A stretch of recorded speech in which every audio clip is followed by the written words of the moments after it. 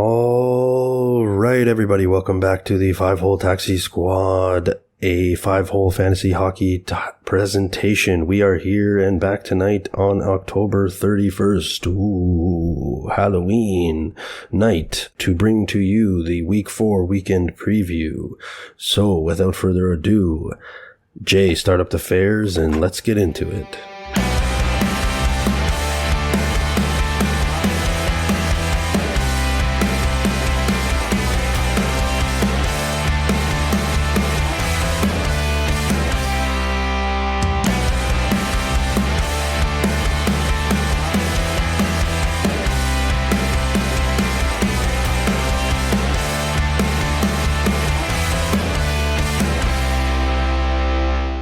All right, welcome back, everybody, and welcome in. We are your hosts, Craig, Jay, and Alan. We are here tonight to go over the Week 4 weekend preview. What's going on, guys? Welcome back to the pod. Great job on quick fares in my absence in the van cab. We are all back as the main hosts tonight. How are we feeling? We need more hockey, man. This 2 games isn't cutting it. Here I was going to make a Halloween spooked to see you all pun instead. But yeah, absolutely. We need more hockey, man. But Alan, at least there's a fool's hope happening in the NHL right now. The Anaheim Mighty Ducks might actually be more than the Stream Central team of 2023. They are just, I'm not going to say putting on a show, but they might have interim hold players that seem to be either red hot right now or actually making, fantasy relevant contributions. You guys hit on Frankie Vetrano on quick fares, but my God, Mason McTavish, Ryan Strome, and the rest of that line are on fuego right now. So that's hockey hope, Alan. That's hockey hope going into week 4. Well, I'm telling you, 29-year-old Frank Vetrano, career high 41 points. Breakout season. Breaking that this season. I saw on Twitter that they are still and you guys mentioned on quick fares, they are still like just an absolute defensive nightmare in terms of keeping the puck out of their own net and shots on goal. But they are I think 20% more likely to score 2 or more goals a game compared to last year. Anaheim Ducks, let's go. Best streaming schedule out there. Maybe even some holds. And Leo Carlson, he's going to get released at some point. Eventually, he's going to get free and he's going to actually contribute. But let's not dive too much into the Ducks. Let's get into the Week 4 weekend preview for the people out there. But first we'll take you guys a little bit around the league, and we'll start with the infirmary, the injuries as per usual. Two things we wanted to point out, and we go back to the Anaheim Ducks here, is John Gibson left last night's game after making a save at the end of the first. He's day to day. We were just talking before we signed on. I believe his name is Lucas Dostal, if I'm not mistaken, the backup there, with how well they're playing right now. And he's able to steal some wins, even with some low save percentages, probably a low end streaming goalie option while we wait on Gibson's status. There was nothing today, pick up Dostal if he's out there. But there might be some fantasy relevance in Anaheim to start the 2023 season. Sam Bennett, Florida Panthers, weird one. He was on IR. He came back. He looked actually pretty good. And then it was like a collision beside the net. And then all of a sudden he was hurt again. There's no status on his update, but I know I did see across the fantasy landscape there was some excitement for him coming back in terms of his bangers coverage and points potential being in that top 6. Just unfortunate circumstances for Sam Bennett, and hopefully it's not long term again, like him missing the beginning of the season. But on a positive fantasy note, it did not impact Evan Rodriguez's deployment when he returned. Just throwing it out there.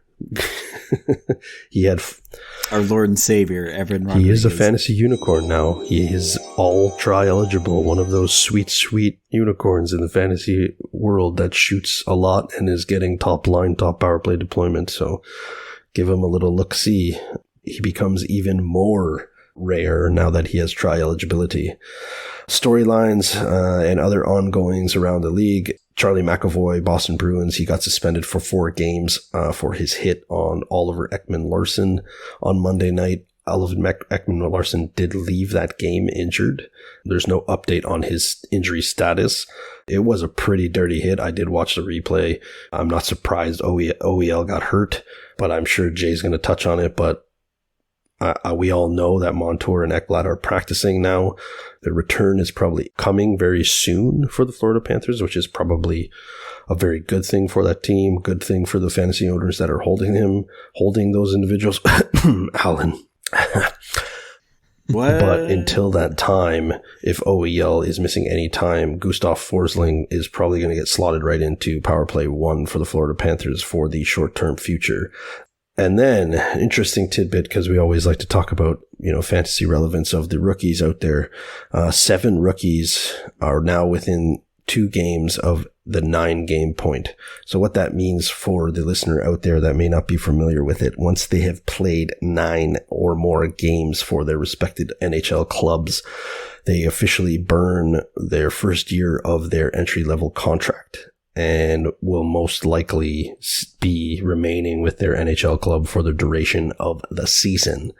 This is obviously Connor Bedard. He's not going anywhere. There's no shot in hell the Blackhawks are sending him down. He's definitely going to be here for the duration of the season. Same with Adam Fantilli of the Columbus Blue Jackets. He's looked good. We'd like to see him get some more ice time. Pavel Michikov of the Anaheim Ducks. I don't think he's going anywhere, guys. He's looked really, really good with that team. He's fit in well. He's averaging somewhere in the vicinity of 19 minutes time on ice. He's hitting, he's blocking, he's QB1ing power play 1 as well. And then already confirmed by the Boston Bruins, and I'm going to butcher this guy's name, but I'll give it a go. Matthew Potras. I think we mentioned him at one point taking Charlie Coyle's 2C spot already, but he was down in the 3C the last time I looked at the Boston Bruins lines. Be very interesting to see what happens with him. I know Pavel Zacha's been playing a little bit better over the last 3 games, but I definitely see him supplanting himself as the 2C at minimum and maybe getting some opportunities with Pasta and Marchand on the top line as the season goes on. So definitely makes him more fantasy relevant. And then my boy and yours, Logan Cooley, is 2 games away. I don't see him getting sent down at any point. I think he's pretty close to being a lock as well, and probably going to be fantasy relevant moving forward the way that Arizona is scoring. And if I'm not mistaken, they just put a beat down on Monday at 8-1. Their top line of Barrett Hayton, Nick Schmaltz, and Clayton Keller had no points, and they scored 8 goals. So crazy. That's an interesting tidbit from the Arizona Coyotes. And if this young man can get some more deployment and consistent time on ice, I think he's definitely going to be fantasy relevant. And then just another interesting, because we've talked about it several times on the pod, or at least I've brought it up, the Calder race. Is it going to be Bedard or is it going to be the field? Now, from a rookie point pace, for those that we just mentioned that look like they're going to stick with their teams, Leo Carlsson, which we didn't mention, but I'll start with Logan Cooley. He's on a 59-point pace. Matthew Portois, he's on a 51-point pace. Adam Fantilli's on a 41-point pace. And the aforementioned Connor Bedard, who everybody thinks is the leading candidate for the Calder, which I don't think has changed, but that team around him is like really bad, like a tire fire bad. So he's going to have to do it all himself. He's only currently on a 51-point pace in his rookie campaign. 3 other side note rookies, including Leo Carlsson, free Leo Carlsson. Just let him play a full schedule. Especially if you're going to keep him up for his first year in the NHL. He's on a 62-point pace and he's only played 4 games. And then Ridley Grigg from the Ottawa Senators is actually leading all rookies in point pace at 72-point pace. I would imagine that is probably unsustainable given his kind of up and down deployment from the top 6 to the third line, but we will see because Ottawa still has a very strong pedigree in terms of scoring. And then Bobby Brink of the Philadelphia Flyers is second on rookie point pace at 70. We'll see if that can be sustained. I don't know. You guys would agree with me. I don't see the Flyers maintaining this pace as a team in terms of scoring and winning and being relevant in their division for very much longer. Maybe that still means there's some fantasy relevant players on that team. And then for those that I've seen many people discussing because he is eating at Dougie Hamilton's deployment and value in the fantasy world, Luke Hughes is currently on a 62-point pace as a rookie with the Devils.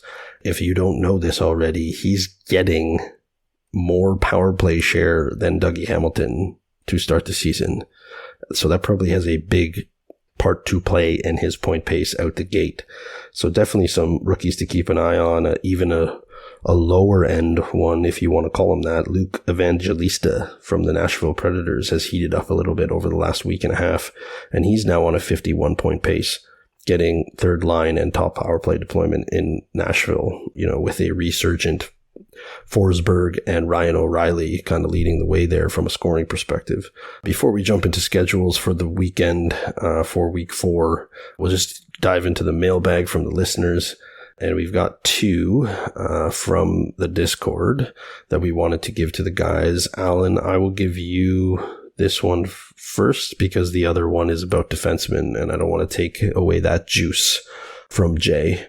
So Alan Wick on the Discord. Any chance this season Byfield actually steps up and hints at breaking out? Big guy, good speed, skill, and deployment, but it's not translating yet. I know bigger players can take longer.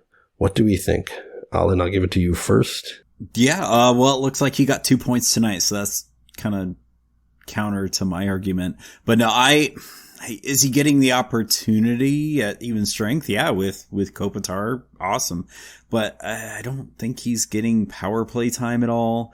And just looking at what he's done so far this season, the time on ice is there. He's getting about 15 minutes. I think right now I saw he's shooting at about 15%, which is probably not sustainable.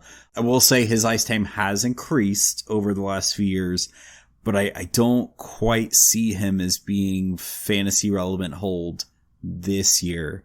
And I know he was, second overall pick for his draft class. So, he's got the high pedigree. So there's potential. But this year, I'd say, if the Kings have a great schedule, maybe a stream them in. But as far as long-term hold, I'd say not this season. Yeah, I'm going to agree with you there for sure. I think the biggest thing that's holding back Byfield, he is on PP2 there in LA.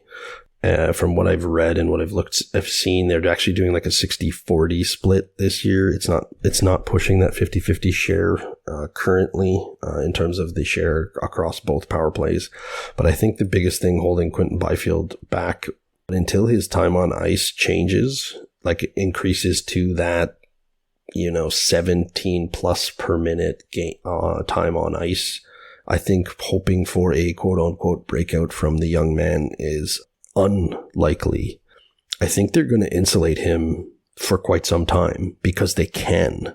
He's got a lot of protection in that lineup where he doesn't have to do a whole lot from a responsibility standpoint because you have the likes of Kopitar, Pierre-Luc Dubois, Trevor Moore, Philip Deneau, even Kevin Fiala and Adrian Kempe. They're all getting all of the, 17, 18, 19, 20 plus minutes a night on that team playing, the quote unquote trusted minutes at even strength. They don't need the Kalievs, the Byfields to log heavy minutes right now. They can just kind of stick them in that 13 to 15 minute time on ice with limited responsibility and see what happens as their development takes place, kind of with these NHL kind of stalwarts and veterans kind of insulating them.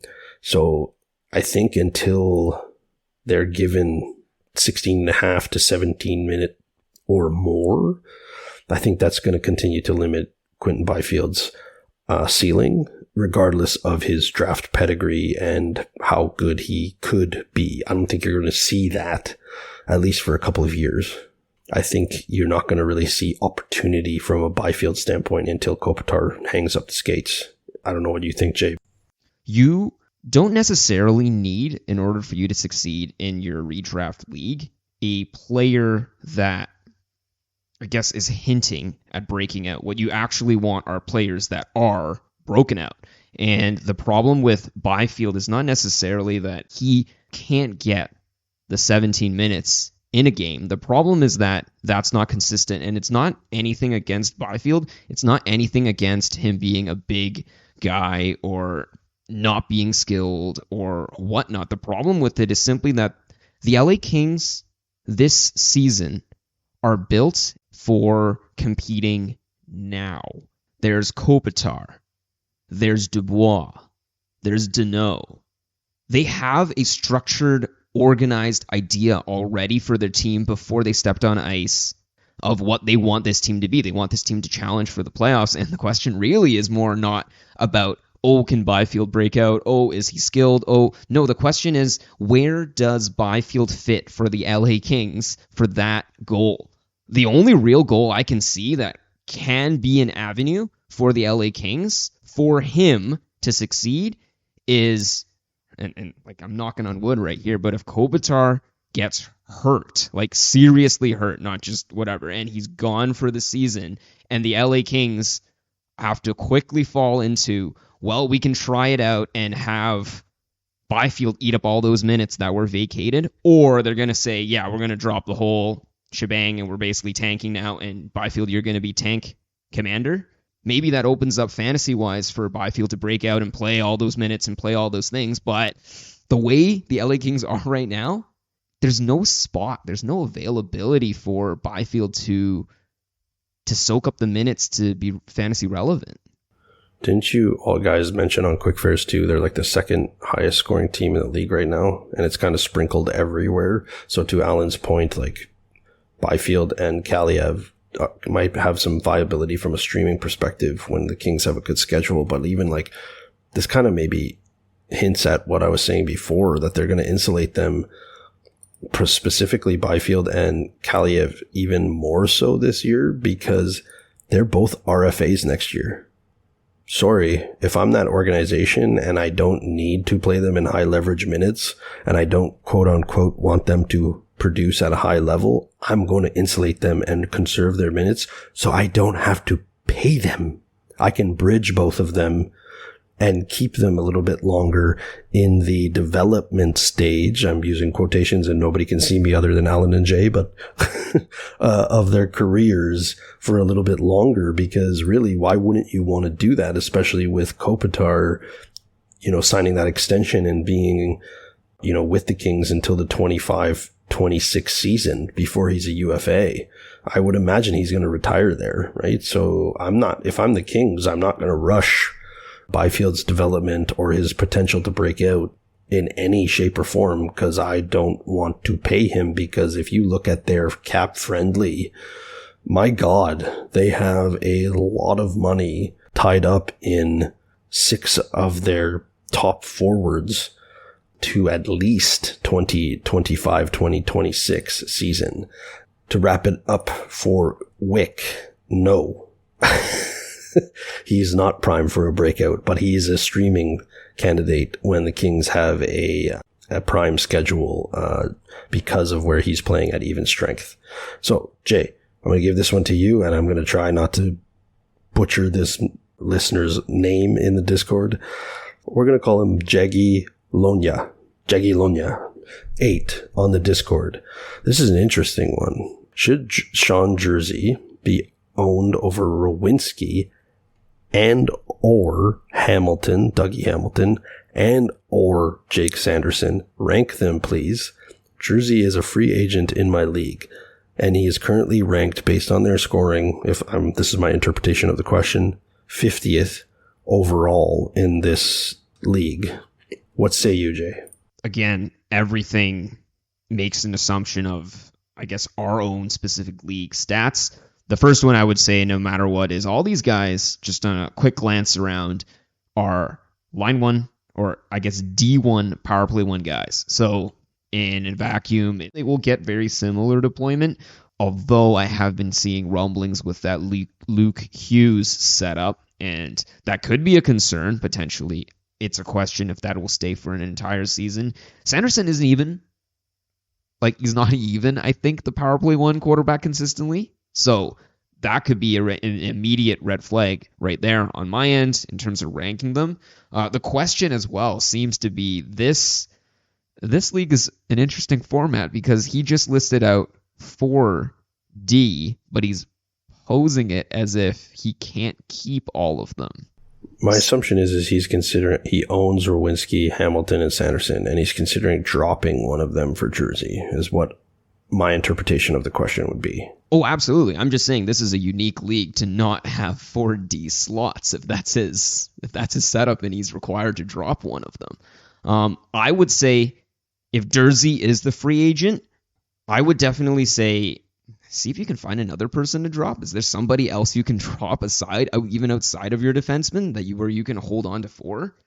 That would be my immediate thought process with power play quarterbacks being so difficult and rare to acquire. The alternative, if he had to say somebody needed to be dropped, I would personally hesitate, I guess, a little bit over Werenski. I say this as a Werenski holder, but I don't know. That Band-Aid boy in training really makes me wonder if you can maybe just wait till Werenski gets hurt next time and just IR plus Werenski and then take Jersey. But I'll pass it off to Craig and Alan. It's very simple for me. And I know Alan's chomping at the bit to get Rowinski in the listener league because I dropped him. Okay. I know he's going to get him and he's going to have like 7 power play quarterbacks because he's listening to Jay too much. You're not dropping Hamilton. You're not dropping Jake Sanderson based on the way he's started the season and the deployment he's getting in Ottawa. Right now, in a vacuum, Columbus is not scoring and Arizona is scoring with a lot of contribution from Sean Jersey. If these are your options, I would be dropping Jersey or Werenski for Jersey. Werenski would be the bottom of that list for me right now. From what I've watched, and Alan, I know you have some insider information of the Columbus Blue Jackets. They don't look like what I was hoping for in terms of offensive output, at least to start the season. It looks kind of messy there, and it looks really sluggish. I'm not going to say that it's going to stay that way because, Johnny Gaudreau and Boone Jenner and Adam Fantilli and Zach Rowinski all have pedigree, Fantilli aside, rookie. And there should be some scoring there. But I also think they have a lot of new pieces on that team that they're trying to kind of figure out where everybody goes and who should be playing with who, especially in their top 6. The line A injury doesn't help their offensive output either. So to me, it would be ranked right now based on where everybody sits. It would be Sanderson first, Hamilton second because of his pedigree. And I am a little bit concerned about what's going on in terms of deployment with Hughes kind of stealing some power play share from Hamilton. Again, I think we're looking potentially a similar situation that happened in Tampa, given the young defenseman run on the power play. So the older, more experienced defenseman can play the heavier, even strength minutes. But again, it's not like Dougie Hamilton is a defensive fucking stalwart defenseman. So I think he eventually gets the prime deployment back in New Jersey. And then it's Jersey for me and Rowinski last. I don't know, Alan, what do you got for closing thoughts on that question? So I would say the only defenseman, I agree with you, Craig, the only defenseman I would drop to pick up Jersey would be Werenski. Yeah, what star power they do have, again, like you said, line is hurt. Gaudreau, as you said, you dropped in Kukuffel to much ado. It was exciting. It was exciting today. times. Like he's not doing much, but looking at them all apples to apples, they're all they all have very similar point counts right now. Like, yeah, that was how I was gonna help decide my ranks is, like you said, I think Hamilton goes back, but in the meantime, he's still getting it done. What I see, he had like 6 points in 8 games, which, I mean, from a defenseman, yeah, there are probably a lot of forwards who don't even have that many points right now. And he's still doing Dougie things. Sanderson, though, the only thing that keeps me from ranking him higher than Hamilton is the unsustainability he's got going on right now with that shooting percentage. And even Durzee's shooting percentage is a little unsustainable right now. But I would say, yeah, it'd be Dougie, Sanderson, Dursey, and then Werenski at the bottom. Yeah, and I think maybe Jay's going to steal this, but I'm going to steal this thought from him. It also depends on the category coverage you need, right? Rowinski's going to have more shots on goal, but you would have that covered from a Hamilton perspective if you need a kind of a more of a balanced approach. Dursey doesn't really hit, but he blocks more than Rowinski does. So he's my quote unquote in that group of people, and Sanderson as well. The block specialists out of the four of them is Sanderson and Dursey. So if you do need block coverage plus the point upside, that puts Dursey in favor over Rowinski as well. And that might even make your defense more balanced because you already have shots on goal covered from a Hamilton perspective. The other part too is that I think a lot of the times we get really caught up in the fervor of the waiver wire and picking up like this guy that's going to save our season and dominate. But truthfully, you could also drop a player that makes or breaks your season as well. And so I think just if you look from that perspective at the players available that were listed, if you drop Hamilton, that is genuinely Taco League potential, right? Yeah, you're not getting him back. So you can't drop Hamilton objectively.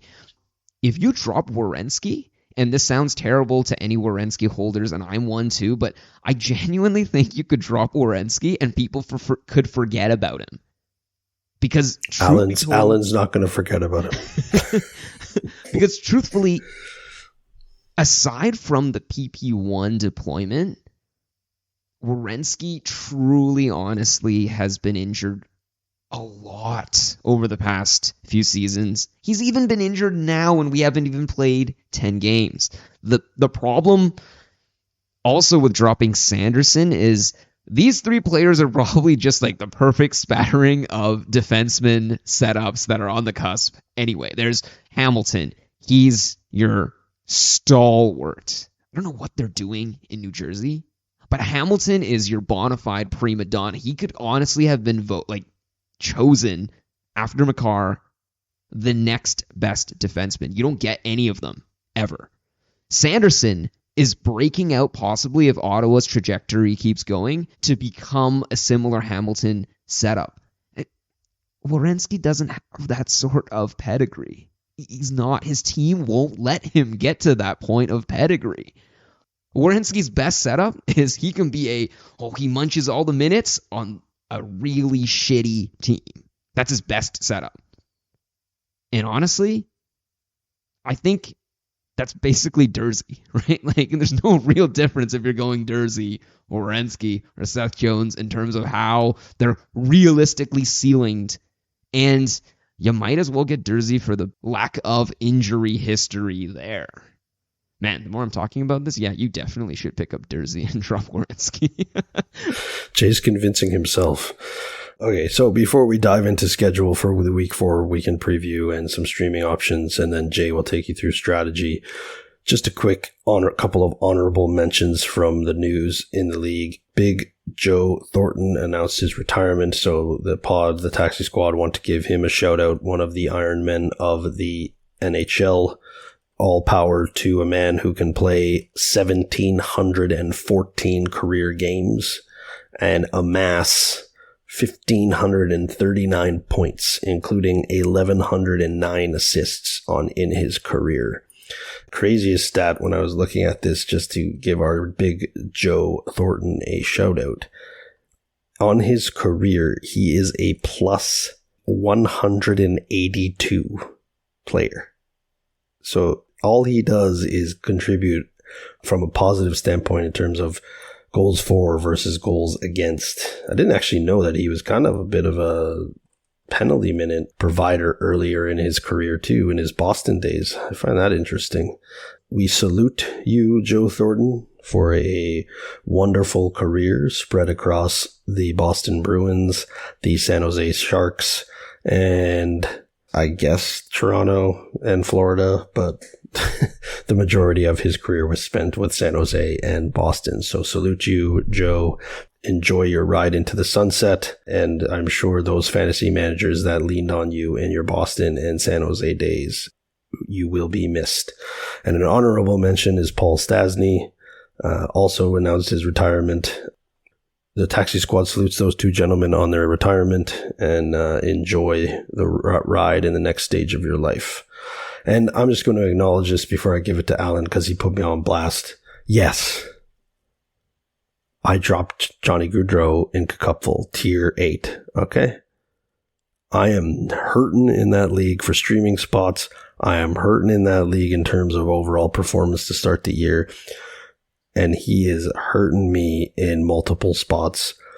And I needed to do something drastic to pull that Band-Aid off in Cupful to try to make some headway in that league and in that division, so I could at least get to the second half of the season with some sort of respectability. And hey, cool. It may smack me in the face if he gets back to his point per game status of who apparently a lot of people believe he still is, but you know, I advised the other GMs in the Cupful division that were critical of my decision. Don't get lost in the name. Johnny Gaudreau has only played a point per game or better 3 times in his career. And it has not shocked me that he has gone to Columbus and disappeared. He didn't want to play in a big Canadian hockey market for a reason, despite his great final year performance. Okay? Pretty sure he was just afraid of Daryl Sutter at that time. So he's just like, I gotta produce. I gotta produce, and I gotta get the bag of money. I gotta get out of here. I can't handle the pressure of playing in the Greek. No, I'm just kidding.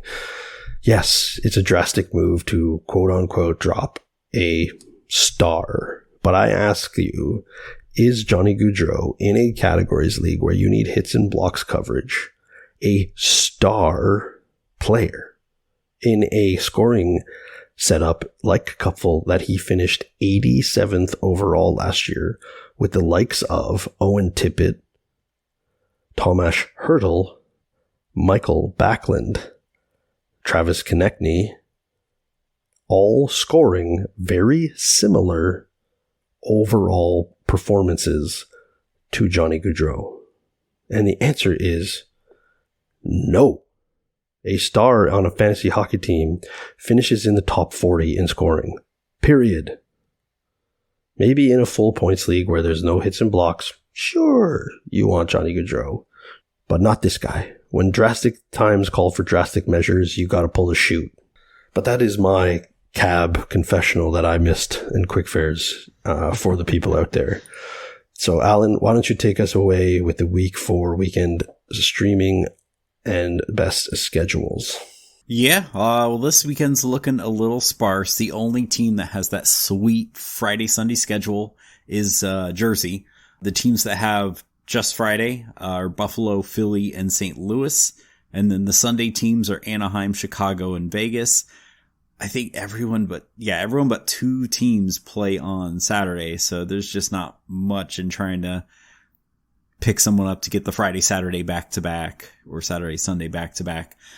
Streamers, points leagues, I'd say now that he is back and actually showing up, Eric Haula, left wing 21% owned, line 3, power play 2, but he's got 3 goals in his last 2 games, which is exactly what we want in a streamer. Someone hot and actually producing at the moment. And there's also Andre Palat, and I always roll my eyes when I have to suggest him, but yeah, he's getting the deployment, but to me, from his Tampa days, like he was never quite a consistent score sheet player. He's that kind of intangibles guy. So to me, if I had a choice, Hola is the guy I'd want on Jersey. Casey Middlestat still out there, very lightly owned. He had a goal in his last game, and right now he's centering Jeff Skinner. Looks like they've broken up that Skinner and Tuck duo. All of Philly's top line is still somehow less than 50% owned. I'm shocked. And again, that's Couturier, Tippett, and Atkinson. And then Rob Thomas, he's only 23% owned. Like, I know we shit on him on the show, but top line, top power play, Those guys aren't super widely available. There's no hate. It's just shoot the damn puck more, man. Like, come on. But I mean, for a points league, yeah, you're getting something out of them. And the goalie streams, look for Akira Schmid to either get Chicago or St. Louis. On Philly, Urson should either get Buffalo or LA. Joel Hofer alert hopefully sees Montreal. It's not part of a back-to-back, but if I had to guess, we could see Laurent Brossoit from Winnipeg against Arizona on Saturday. And there's always the Chicago goalies if you really want to roll the dice there. Big boy banger streams, Jonas Siegenthaler jersey, 8% owned, D-man, gets you all that coverage. Once again, I check, and I'm surprised Radko Gudas is only 41% owned. If your league tracks hits to any capacity that's worthwhile, like he's a must roster. Nick Delorier, the time traveler, left wing, 4% on Philly, had an apple last game, and he throws the body quite a bit. That's what I got. I'll hand it over to Jay. Oh my goodness, Alan.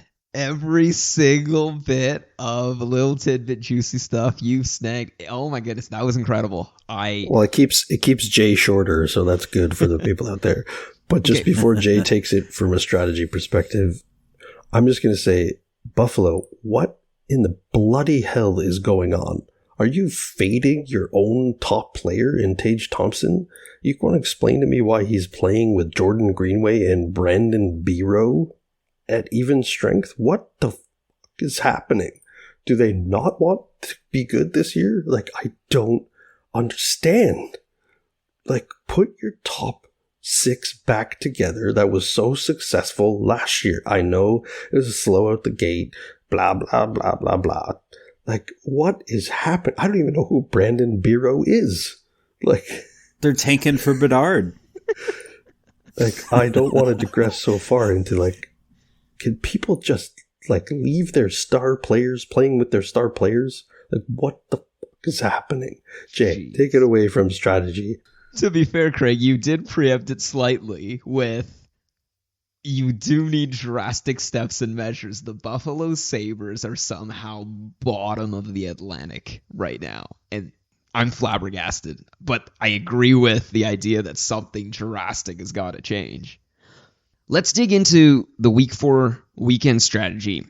Given the fact that we've already covered the need to check out Florida's power play quarterback situation, given that OEL, Oliver Ekman-Larsson, is injured.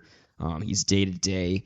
Generally, with the concussion, you really don't know. Like, we could have him right out on the ice in a couple of days, and also he could be out for a very long time. We generally and genuinely don't know, but monitor that. Forsling is 56% owned, so see what happens there. If he's around and available, I would definitely say he's worthwhile to pick up and see, given what we'll tackle a little bit with the Week 5 overlapping schedule as well. The other good snipe as well is if Charlie McAvoy is suspended for 4 games. Today we're recording this on Halloween, right? So October 31st. The next 4 games, or I guess the 5th game after that McAvoy is eligible to play, is Saturday, November 11. So that's a good full 2 weeks away, basically. Boston is still going to need a power play quarterback 1. So look in and check, right? Hampus Lindholm, I think everybody is already on the ball with it. I think he was even drafted, right, with the idea that he could have taken PP1 QB. So he's 64% owned, still means in a third of leagues he's available.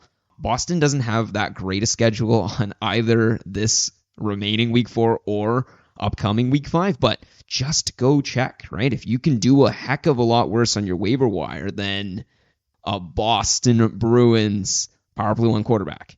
Now, Hampus Lindholm isn't necessarily the most exciting one because he's 64% owned, but the other guy that is definitely going to slot up and get some more power play share now is 1% owned Kevin Shattenkirk.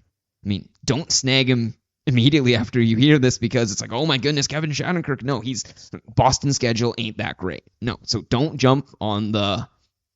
absolutely jump on the bandwagon for it. But the other component, you should have stopped at Lindholm. What did you bring up Shattenkirk for? I almost shat in my pants when you said that name. Well, what is going to happen no matter what is the Boston Bruins are now going to have an expanded time, or I guess expanded power play time shares available for both their first and second power plays, which means some defenseman of some sort is going to have to eat that time. Hampus Lindholm is like, I'd say 95% likely to be the guy in power play 1.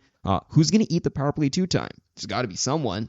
Most likely Shattenkirk at 1% owned. You can go worse. Now, to go specifically for teams that we're targeting on week to weeks, Alan covered it absolutely. There is only one team to target with that Friday, Sunday off night setup.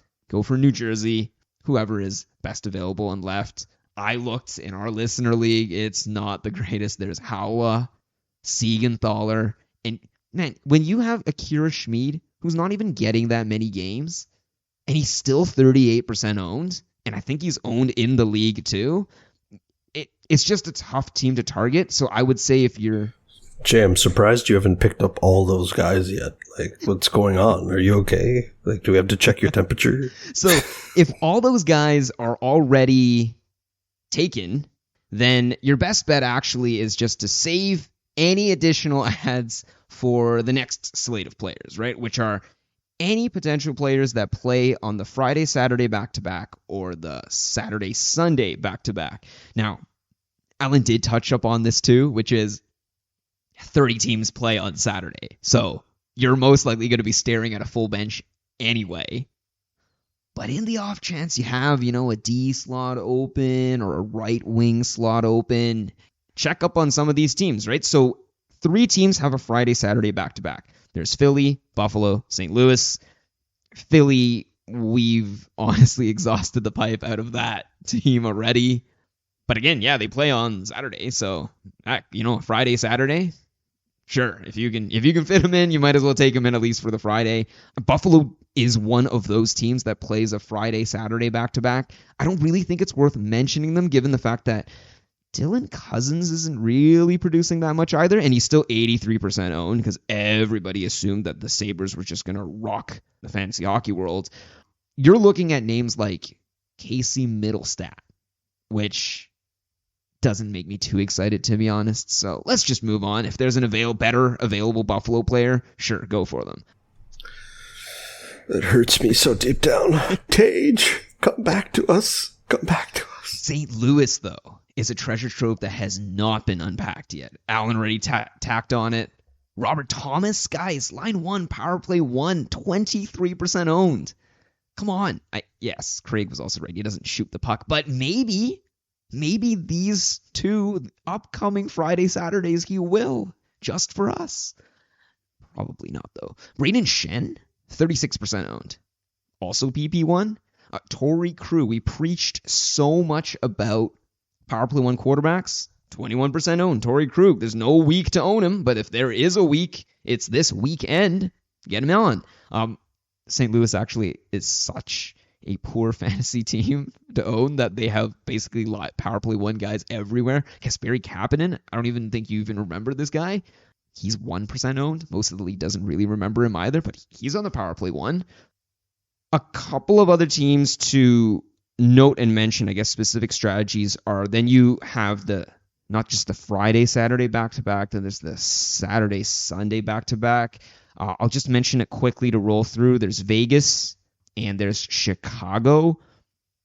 Vegas has a bunch of players. Just look on your team, but Paul Cotter's been having a really, really hot time. He doesn't actually get any power play time. He only gets 13 minutes a night. He's just a pinball machine out there, like disguised on skates, because the guy has he plays 13 minutes a night. He has 37 hits in 10 games. That's a cool average of 3.7 hits a game. So if you can fit him into your lineup on Saturday, that means he's definitely going to fit on your lineup on Sunday. You can bounce him on straight back in. Yeah, get the pun there with all the hits and the bounce. Anyways, so yeah, just bounce him in, and yeah, he'll fit on your lineup somewhere. And geez, yeah, 3.7 hits a game. Oh my goodness. Paul Cotter could be one of those players that evolves from a big boy banger to a big, beautiful winger for the taxi squad this year. Absolutely. And geez, there's even other guys that are like William Karlsson. Well, he gets power play 2 access. He's 45% owned. It's a 50-50 toss up if he's there or not. Ivan Barbashev, though, my goodness, he's center and left wing eligible, power play 2 access. Tons of managers are dropping him. Maybe, a Saturday, Sunday back-to-back's the time to, own him up before the week's out. Also, Alec Martinez. Now, I have him in some of my dynasty leagues, and, you just... Of course you do. Of course you do. And he's kind of just, chucked away, socked away on the IR plus. Like he seems like he's always hurt. He bounces between IR, DTD, and all that stuff. But he is back now. He's 11% owned. Somehow also, I didn't even realize was on the power play too. But you're not getting him for any of that. All that extra stuff is gravy. Dude has only played 6 games so far in the season and has 24 blocks. I'm going to say that again. That's insane. He's played 6 games so far and has 24 blocks. He is averaging 6 blocks a game. Now, I hate, personally, categories leagues. It boggles and bothers me immensely. But if you play in a categories league, tell me any other player that can net you 4 blocks a game. He is an immediate at 11% must own. Probably must hold, too, if he continues that average up. It's getting very spicy on Alec Martinez right now. This is a lot of love there. Now, Chicago is the other team that plays the Saturday, Sunday back-to-back, and that team, there's just everyone, right? Like, poor Connor Bedard. I think you just leave it at that. Poor Connor Bedard. There's tons of guys around, and like Ryan Donato, 2% owned, line 1 power play 1 center. And I do have to say it, at the end of the day, I'm not the biggest fan of him. Corey Perry, 5% owned. He's a proven winner across every metric and everything. Unbelievably, at 5% owned compared to Bedard's, I think like 100% ownership, they have the same amount of points. 6 points in the number of games played so far. There are no teams that play on a week 4 Sunday rolling into a week 5 Monday. So you don't need to worry about that back to back. And again, with our strategy describing before with the weekend preview, if you are ever needing to come into and roll into a Saturday or in a Saturday evening or a Sunday morning, and you're rolling in and you decide, I am going to have to call it quits on week 4, you need a couple of these players. But the first team you always have to target is any team with a Monday, Tuesday back-to-back on week 5. There's only one team that matches that description, and that's Tampa. So you can go through all the Tampa players and all that stuff for your week 5. Don't give all your juicy tidbits away for the week 5 preview, Jay. Okay. All right, we'll rein it back. But yeah, that's one team to target, and I guess you have to listen in on the week 5 preview. Well done, Jay. Well done, Alan. So to wrap up to the week 4 weekend preview, we will do as we always do. We kind of try to fill up the van cab with some taxi squad watch list dudes. Taxi! Pavel Zacha, 43% owned. In the last week, he has 5 points, 3 goals, 2 assists, 11 shots on goal, 9 hits, and 1 block. Just so everybody is aware out there, Jay's looking right now if he can go get him somewhere, I would imagine. He is centering the top line in Boston, which I still believe is Pasta and Marchand, if I'm not mistaken. Yes, it is. And he is centering their top power play unit. Despite McAvoy's suspension, that is still a lethal unit. And as you guys mentioned on Quick Fares, don't underestimate Boston, and it looks like Pavel is settling in the 1C and has built some nice chemistry with Pasta. So he will be riding along in the taxi squad until his ownership goes up. Jaden Schwartz of the Seattle Kraken, center left wing, only 13% owned. In the last 7 days, he has 6 points, 2 goals, 4 assists, 16 shots on net, 2 hits, and 3 blocks. He is on line 2 with Alex Wenberg and Jordan Eberle at even strength, and he is on the second power play unit with Matty Beniers, Kyler Yamamoto, Vince Dunn, and Eli Tolvanen. And we all know how Seattle rolls their lines, but Jaden Schwartz is one of the hottest guys in fantasy right now. It is definitely time to put him on your watch list or stream him whenever Seattle has a good schedule. I can't believe I'm going to admit this, but it might be real to both of you. The Monahanessance, or whatever the hell you guys are calling it. Monahanessance. He might actually be healthy for the first time in like 5 years. And he might be, do I dare say, a legitimate fantasy asset for 2023, even on a low-hanging fruit that is the Montreal Canadiens. But through their first 10 games, he has 8 points, 2 shorthanded goals, 22 shots, 2 hits, and 2 blocks. Out of those 8 points, 3 of them are on the power play. So you guys might be on to something, and I did watch the Habs play over the weekend, which is surprising, but I was just jonesing for some hockey, and he actually might look healthy for the first time since his healthy Calgary Flames days. Like, his legs might be working.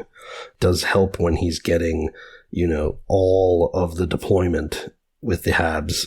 Especially with that Doc injury.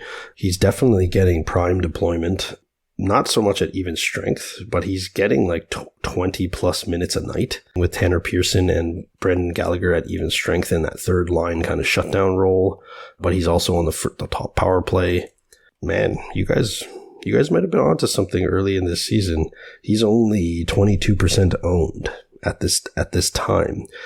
And then I've seen him dropped a lot of places, which I find is interesting, and it's probably an insult to Allen. And I know it has to come down to schedule and not having his right wing eligibility like he did last year. But Dylan Strome, 32% owned, still centering that top line with Ovi and Tom Wilson, and on the top power play with them. Yes, in the last 7 days, he has 4 goals and 8 shots on net and 1 block. So he's certainly heating up and getting prime deployment on a team that is still kind of sleepy, but I wouldn't be surprised if they wake up at some point. Our last rendition to the Taxi Squad for this week 4 weekend preview. I'm going to another center, and I know that the position is deep, but I'm just looking at deployment and playing with prime players. And we've mentioned this man before, but with it, if you have face-offs in your league, is Ryan Johansson from the Colorado Avalanche playing on line 2 with Valerie Nichushkin and Riley Tufate or Tufate. I don't know what his last name is, but he's still on the top power play unit with all those elite players: Rantanen, McKinnon, maybe Devin Taves if Makar is out, and Lehkonen. As waiver wires start to thin, which many have, if you are in a 12-team league or more, you need to start looking for guys that have deployment. And that's what's going to support them being a little bit more sustainable. Honorable mention, because he is getting top-line deployment, Ty Karate, left wing, Seattle Kraken rookie. He is playing on the top line for the last 4 games with Matty Beniers and Oliver Bjorkstrand. His time on ice has been a little bit all over the place. He isn't getting power play 1, but the reason that I mention him is he is shooting a lot, which means there is point upside potential if he can maintain 16 to 17 minutes time on ice, which is what he got 2 games ago. He got 16-21 and 17-28. And on the season, he has 25 shots on goal and 12 hits. I think that's it, boys. Why don't we park the van cab and say goodbye to the listeners, and thank you for listening as always. Please follow us on Twitter/X. You'll find that in the show notes. Please, if you are not part of it already, join the 5-Hole Fantasy Hockey Discord. It's a huge community now. I believe Alan mentioned it's over 2,400 strong of like-minded fantasy hockey individuals, talking all things fantasy hockey and life in general. Like and subscribe and give us 5 stars on wherever you get your great podcasts. We will be back later this week for the week 5 preview. It's good to be back in the saddle here, boys, on the Van Cab. And we are always grateful for the listeners out there giving us the time in their day to hear us out, even though some of our opinions might be crazy. I can't wait for the listeners to chime in on me dropping Johnny Gaudreau in Cupful as well. That'll be fun.